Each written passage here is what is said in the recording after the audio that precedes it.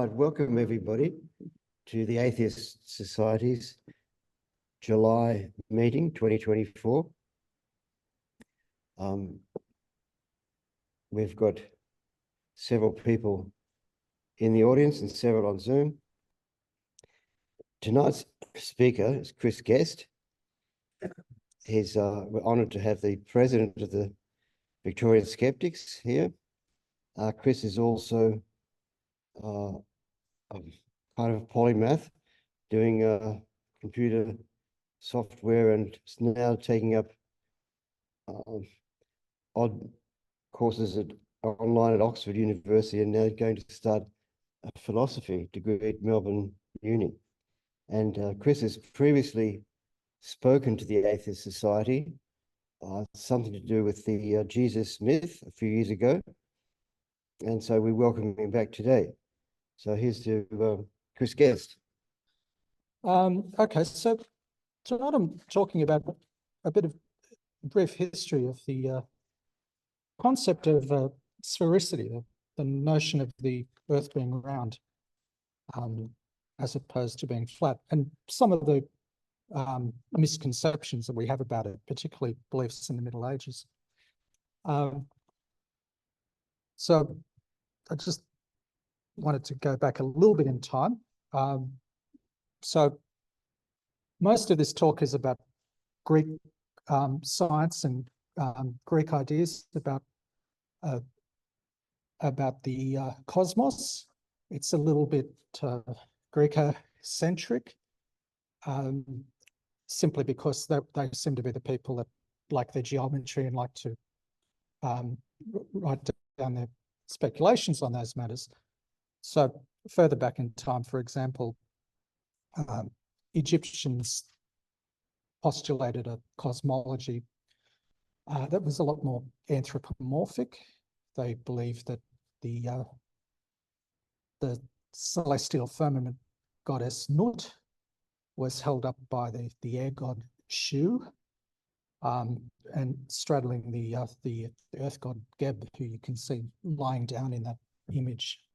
So they had a much more anthropomorphic kind of view of things, and didn't really go into any kind of geometrical speculation.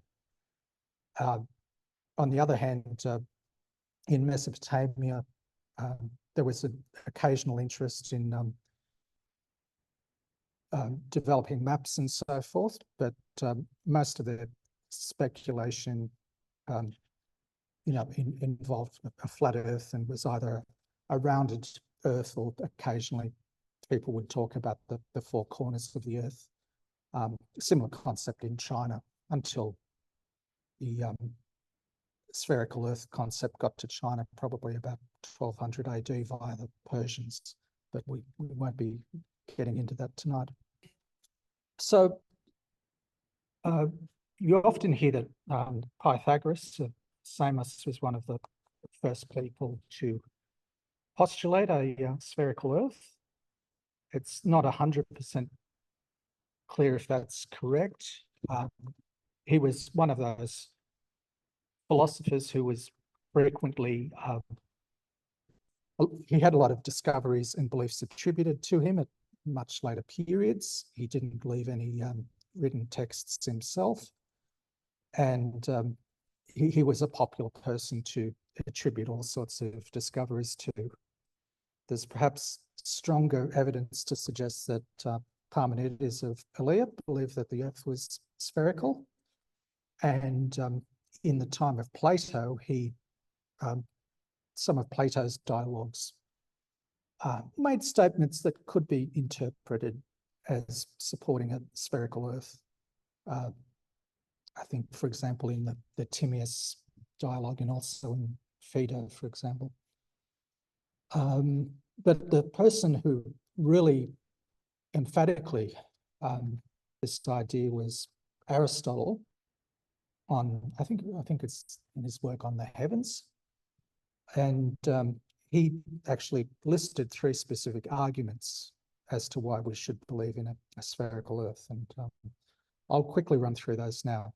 Now, the first argument was that during a lunar eclipse, we always see a circular kind of shadow on the moon when it's been obscured from the sun's rays by the Earth. So we never see a silhouette of a flat Earth. It's all, and being always a circular shape and never elliptical, or any other shape, we can assume that it's most likely the Earth must be spherical if it's always casting a circular shadow. That seems like a reasonable argument. The second argument he mentioned was the latitudinal changes that people see when they view the stars from, the difference in the stars at night from different latitudes. Now, the interesting thing with the Greeks was, whereas the Carthaginians had mostly spread their trading colonies in an east-west axis across the Mediterranean, the Greeks had gone north and south. So in the mid-6th century BC, they had trading posts as far south as Naucratis in the delta of Egypt, of the Nile Delta, which is, I think, about 100 k's southeast of modern Alexandria. They were as far north as a town called Alba in southern Ukraine. So you can see on the map the extent of Greek settlements and trading colonies and so forth, and that they're all marked in blue. So they stretch a whole 16 degrees of latitude. You can imagine these early sailors who would have been looking at that sky would have noticed significant differences if they happened to make those long voyages. So on the left, you can see the view from Naucratis on today's date.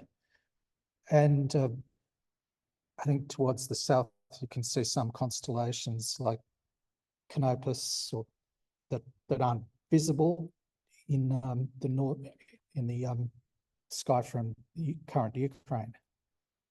So people who were adept at sailing and, careful to monitor the sky makes a lot more sense if the Earth that you're on is convex, so that you're viewing a different part of the, I suppose you believe that you're viewing a different part of the celestial sphere, as opposed to if the Earth was flat, where everyone would be viewing a very similar kind of portion of the sky.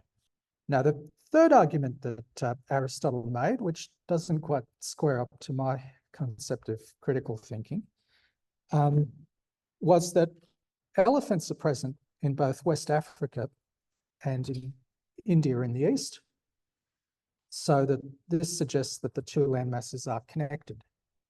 Now, I'm not exactly sure why he presented that as an argument, given that we already know that there's Arabia in between the two.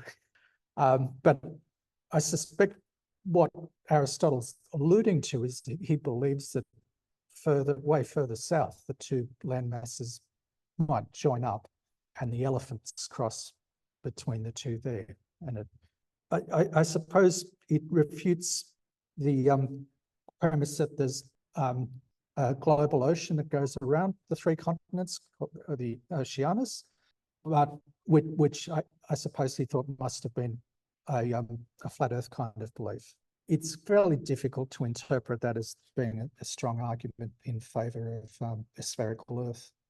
Now, another image I've just thrown up here out of interest is this one of this statue of the Farnese Atlas, which is the earliest surviving depiction of a spherical celestial globe. It's a bit of a misnomer that Atlas held the world on his shoulders. He actually held the universe on his shoulders, and presumably inside that marble globe would be the Earth. This particular Atlas is a little bit coy as to whether that's a flat Earth or a spherical Earth, but we'll, given it was made about 100 AD, we can probably presume that, post-Aristotle, people were fairly familiar with it being a sphere. Now, another concept that's relevant that came from ancient pagan geography. So the era of was Crates of Vallis, was this notion of the 5 climactic zones. And this is the idea that the Earth is divided into polar caps, temperate zones, and in between is this torrid zone. Ancient Greeks and Romans tended to believe that this whole area in the center towards the equator became blisteringly hot and was inaccessible and not suitable for life. They obviously didn't believe the ancient accounts that Carthaginians had circumnavigated Africa. So I was just mentioning that because often you will see that called an OT map that was frequently used in the Middle Ages that depicts Asia, Europe, and Africa. A lot of the time that's widely been assumed to be a depiction of a flat Earth. It's only it's a top-down view of the Earth, and medieval thinkers had adopted this climactic model from 150 BC, and this kind of terminology was widely used during the Middle Ages as well. So I think I've breezed through a few hundred years of Greek and Roman thought on the Earth. I'm not getting into things like Eratosthenes and how he calculated the size of the Earth, and there were similar thinkers who estimated the distance to the sun and so forth. But I just wanted to kind of mention some of the medieval thinking that was appearing after the rise of Christianity. So, for example, St. Augustine, who lived in the 4th and 5th centuries AD, from Hippo in what's currently Algeria. Here's an example of a fairly erudite thinker at that time. He was fairly well educated in Greek and Roman philosophy.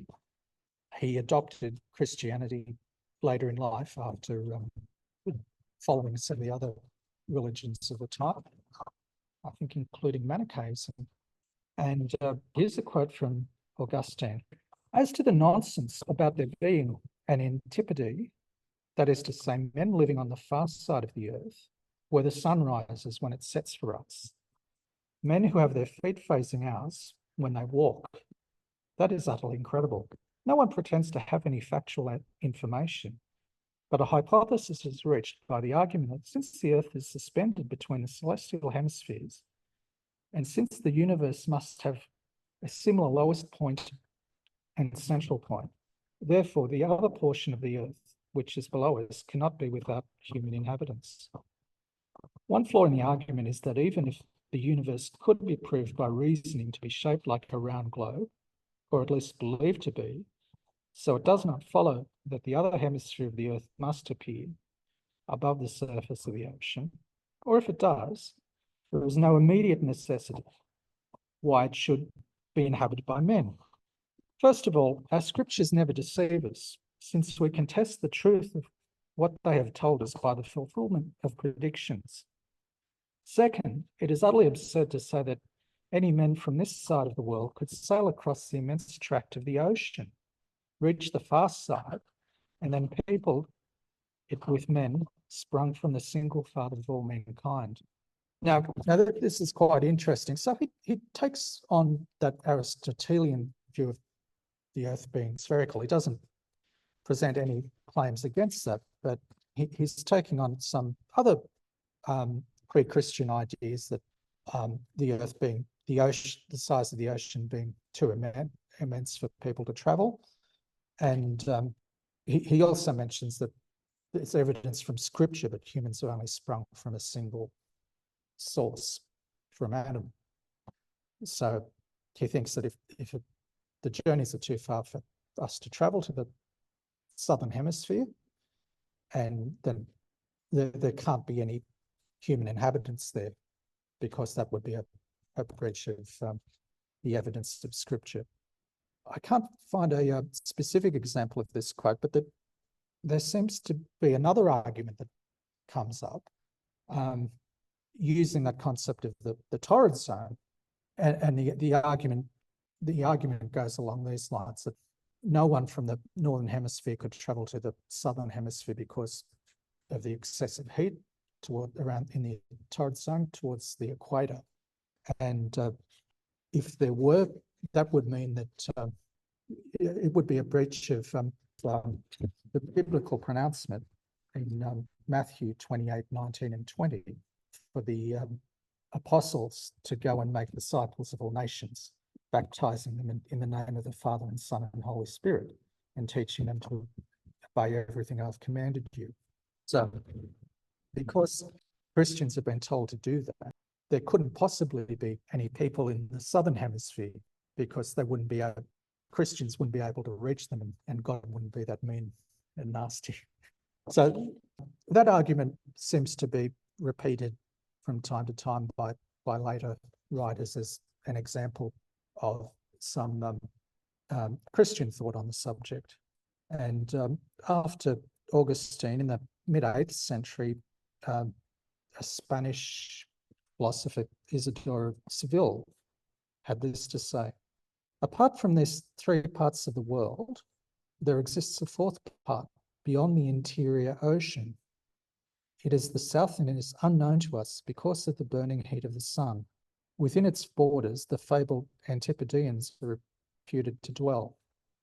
So there seemed to be some diversity of thought as to the existence or non-existence of Antipodeans, but does, from the belief that they lived in, if they did exist, they lived in an inaccessible region. There weren't any medieval expeditions to go and find them, unfortunately. And one other thing, there's a Norwegian saga, the Konungsskugskip, from around the middle of the 13th century. So this is quite late in the medieval period. And it discusses the existence of the Antipodes. The author notes that if they exist, they will see the sun in the north in the middle of the day, and they will have seasons opposite those of the northern hemisphere. That's quite interesting, because earlier on, when the Norse were pagan, they had flat earth belief. But as they became Christianized and became more accustomed to Christian philosophy and theology, they adopted a belief in a spherical earth. It seems to be quite the reverse of the often held belief that in the Middle Ages people believed the earth was flat. Similarly, there was a bishop in Salzburg in, I think, the 8th century AD, who was reprimanded by the Pope. His name was Virgil, and but the complaint that he'd said that there were Antipodeans, but he claimed that there was also a second sun and moon in the southern hemisphere. So he wasn't reprimanded so much for adopting a spherical earth, which seemed to be an intellectual norm at the time, but it was his heresies of additional celestial bodies that the Pope at the time wasn't too happy about. Oh, so in those images there, we've got Augustine on the left and Isidore on the right, and Bishop Virgil doesn't seem to be important enough to have any portraits. So where did this idea come from that the earth was flat in the medieval period? It seems to have cropped up more in the 19th century as a kind of rhetorical premise by philosophers and historians of science who were perhaps trying to contrast the difference between the secular scientific beliefs that replaced earlier Christian beliefs. One notable person that pushed this idea was William Whewell, the guy on the left here, in a book called The History of the Inductive Sciences. Now, he gave examples from medieval thinkers like Lactantius and Cosmos, and as well as the case of Virgil and his clash with Catholic dogma as examples of a flat earth. So briefly, Lactantius was one of the few philosophers in late antiquity, just at the start of the Christian period, who actually pronounced that the earth was flat. He pretty much despised all pagan knowledge.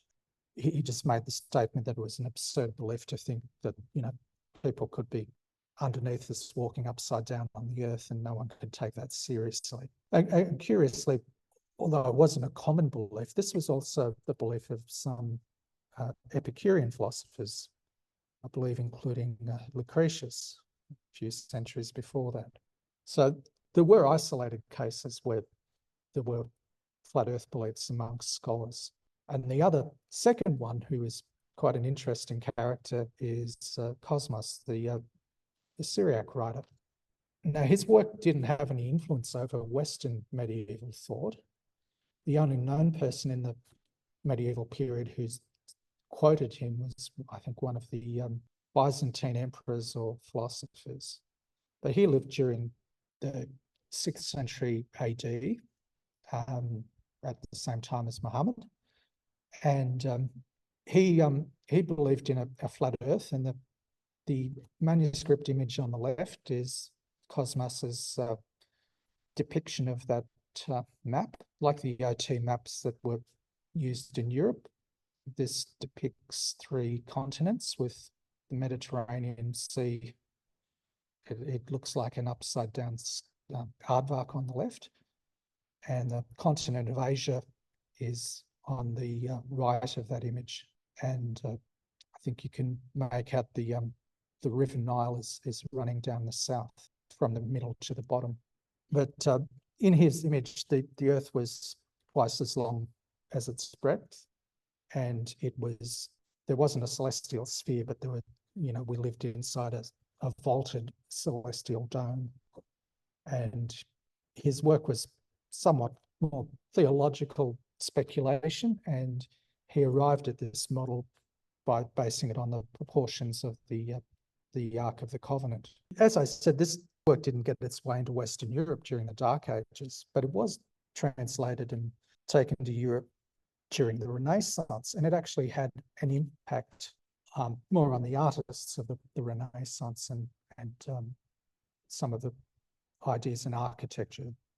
The story I've heard is that it inspired the design of the Sistine Chapel, and both in terms of its proportions, but also in Michelangelo's rendition of the celestial firmament in the roof.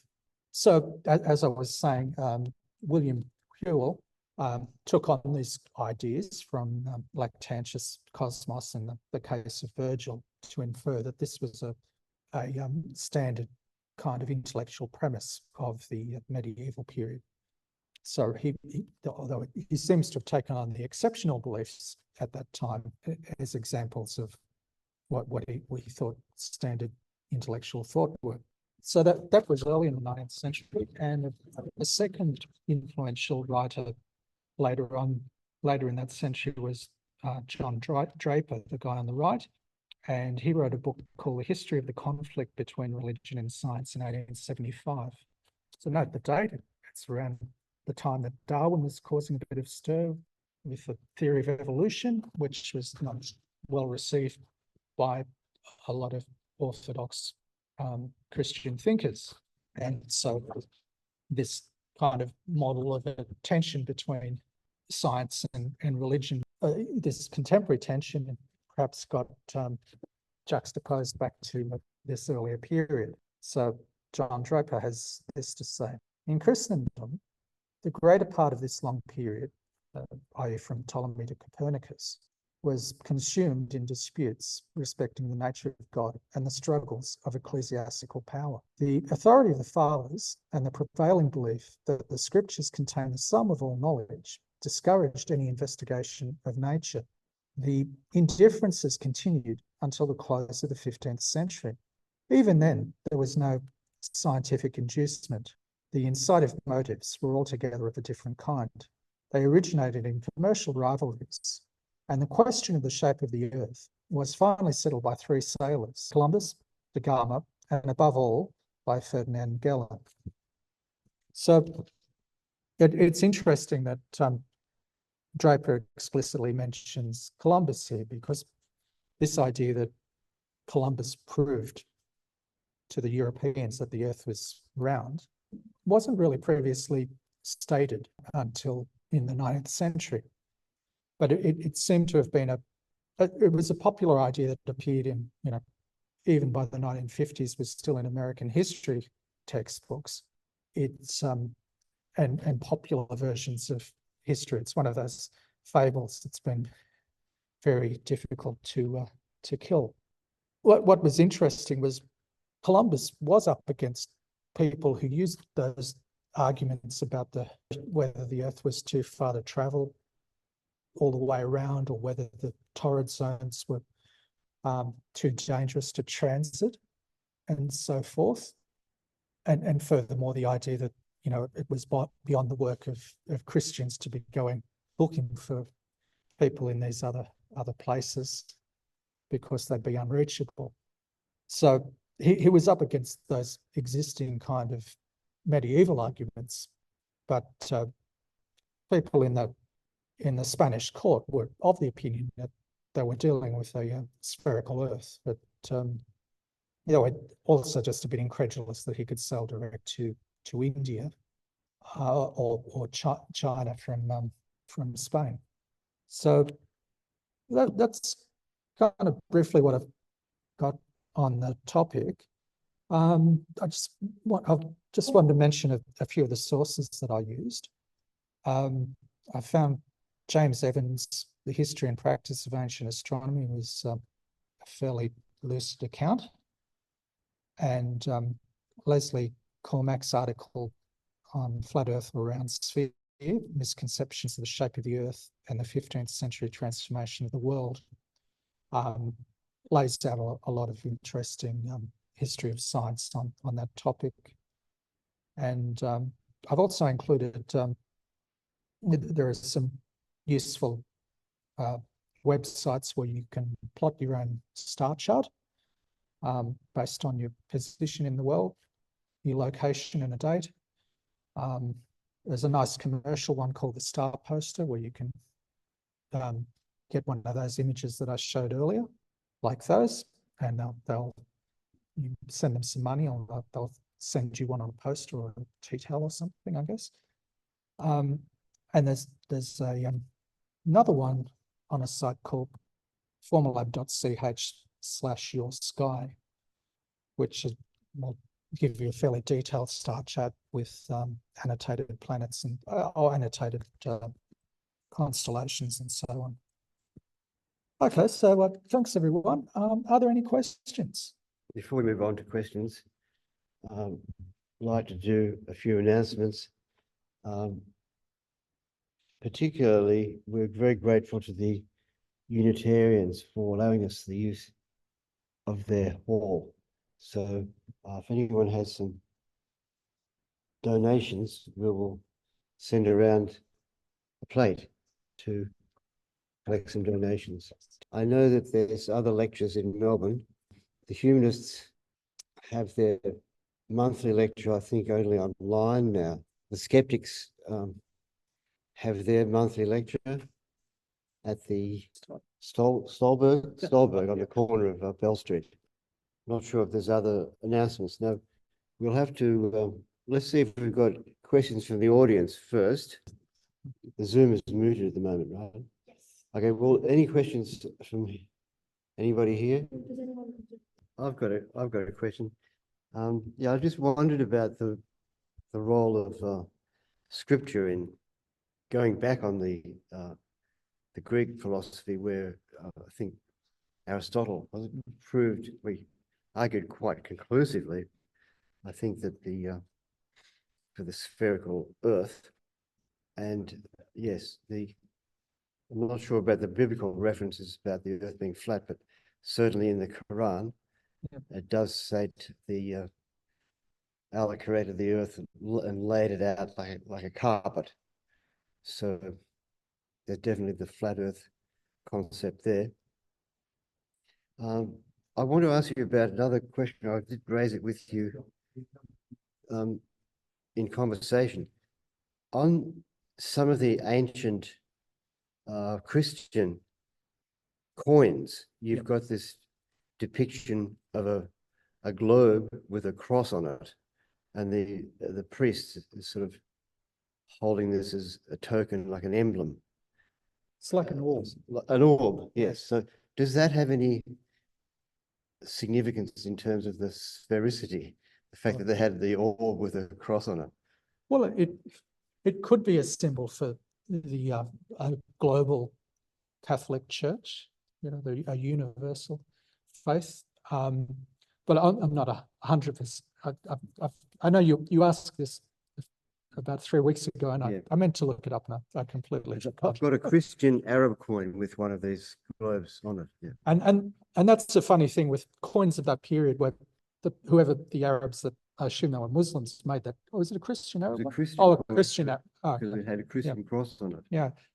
But also Vikings were copying designs from Arab coins with calligraphy and so forth on it. And they were probably completely unaware that it was even writing, and they were just copying this interesting design of coins. So some ideas at those times were kind of traveling between civilizations without any understanding of them. Yeah, religious beliefs fitted in with these philosophical beliefs, and philosophers like Augustine and some of the early Christian theologians were influenced by particularly the Platonist and the Neo-Platonist school of philosophy. So that they're influenced by it. And all the Christian notions of the soul that became church doctrine were far more heavily influenced by Plato and Plotinus and all these other late antiquity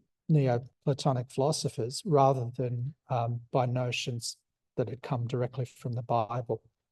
And if you've ever read, I think it's Phaedo, one of Plato's dialogues, and this notion of the immortality of the soul and so forth, it sounds very familiar to Christian metaphysics that you've grown up with. Much of Aristotle was lost during the Middle Ages, but the big thing in the Renaissance, just pre-Renaissance, was the development by theologians of a belief system that merged Aristotelian thought with Christian doctrine. So that was, Thomas Aquinas was the guy who put in a lot of elbow work to get that effort off the ground. And I suppose the bigger picture here is that wasn't so much a complete, there were existing trends and themes in beliefs, and when Christianity came along, it continued a lot of the pre-Christian beliefs, but they seemed to be melded into this new religion and changed form somewhat. But it wasn't a case of absolute discontinuity. But there's this idea that everything started from singularity. Now, is singularity a sphere, round, or is it flat? And it's expanding. And the more you expand a balloon, for instance, the more it flattens out. So is the expansion flattening it and going back to the singularity on a higher level because of evolution? I think when I mentioned Parmenides, he was talking of his model of the earth and his kind of philosophy of unchangingness and so forth led him towards this spherical model, because the earth was unchanging in all directions, because it had this constant shape without any corners or difference in dimensions and so forth. And don't really have a head for astrophysics at the moment, I'm afraid, but I know what you mean. As it expands, the curvature might decline. Yeah, that makes sense. Yeah, and Adam's got his hand up. I guess the first question is, what about the Eastern understanding of the sphericity of the planet? When did they first begin to understand that, like in China, ancient China? Also, was there an understanding of a spherical planet from the Aboriginal perspective here in Australia that you know about? The Chinese bit is the easy bit. It was ancient depictions were of a flat Earth and a square. People explicitly talked about the corners of the Earth. Similar statements were made in Mesopotamia when, various egotistical Lugals would declare themselves, king of the four corners of the universe and so forth, when they'd taken over about 19 hectares of land. And so that seemed to be fairly uniform until we believe via the Persians that this idea of a spherical Earth went further east. from what I've seen of Hittite stuff in Anatolia, there wasn't any interest in that topic.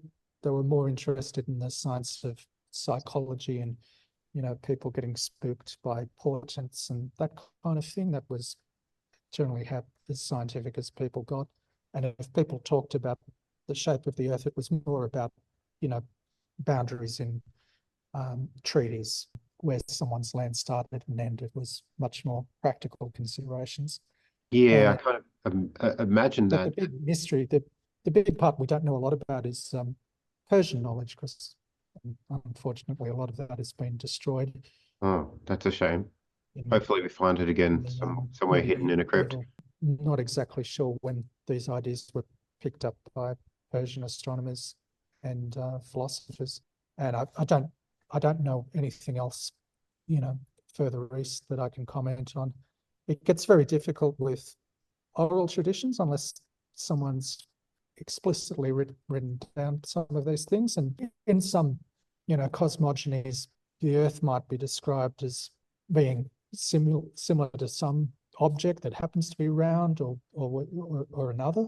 For example, another Greek philosopher was Thales, who seemed to believe that the Earth was like a submerged log in water, or a partially submerged log that was floating in water. And that was a metaphor for the Earth, but it wasn't necessarily.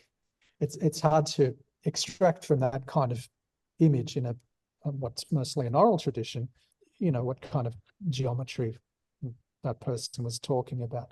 I don't have anything. Can I ask an extension question? You know, Well, the reason for that question, I just wanted to know whether you think that differing appreciations for our place in the universe, or at least the shape of our Earth, fed into ideas about colonization and expansionism, and trying to find different places which haven't been found, like a real appreciation for exploration.